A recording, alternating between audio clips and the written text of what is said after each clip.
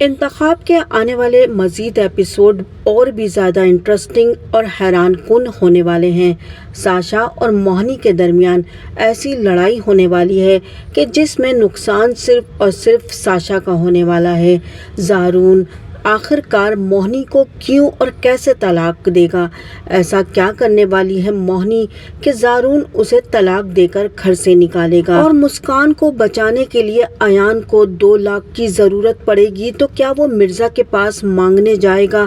اور مرزا اور نیلم ایان کے ساتھ کیا کرنے والے ہیں؟ اور ادھر موہنی ایک بار پھر ایان کو اپنی محبت کے جال میں کیوں پھنسانے والی ہے اور کیوں مسکان کا گھر خراب کرنے کی کوشش کرنے والی ہے؟ تو ڈرامے میں بڑے ہی انٹرسٹنگ موڑ آنے والے ہیں۔ مرزا نیلم سے شادی تو کر لیتا ہے لیکن ایک بھی دن مرزا کا سکون کا نہیں ملتا۔ نیلم الٹا اپنی خدمت کرواتی ہے مرزا سے اور اسے دھمکیاں دیتی ہے اور مرزا کی ساری دولت اور جائیداد اپنے نام لگوا لیتی ہے۔ جب مرزا کہتا ہے کہ اس جائیداد میں میرے بیٹے کا بھی حصہ ہے تو نیلم اس کے بیٹے کا حصہ بھی ہڑپ کر جائے گی اور اس کے بعد مرزا کا کام تمام کر دے گی۔ مرزا کے قتل کی خبر سن کر ایان فوراً دوڑا آئے گا جہاں اس کے گھر پر نیلم اور اس کے گھر والوں کا قبضہ ہو چکا ہوگا۔ نیلم اور اس کے بھائی مل کر ایان کو بہت ماریں گے اور اسے یہاں سے جانے کے لیے کہیں گے۔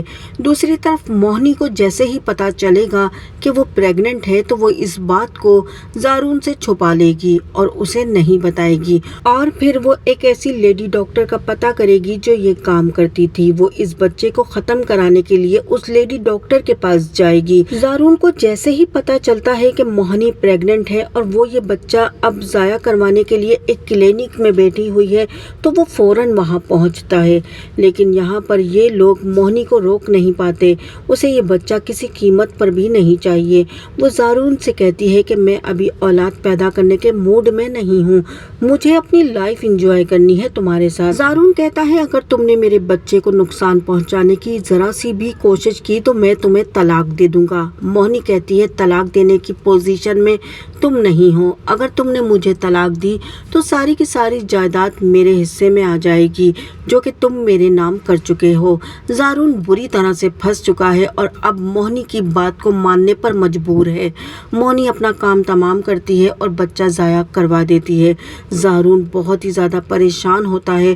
موہنی اپنی لائف کو کھل کر انجوائے کرتی ہے، زارون کی دولت کو دونوں ہاتھوں سے خرچہ کرتی ہے اور آخر کار زارون کی دولت کو لٹا دیتی ہے۔ زارون یہ سارا تماشا دیکھ کر ڈپریشن میں چلا جاتا ہے اور پھر آخر کار اسے روما سے شادی کرنی پڑتی ہے۔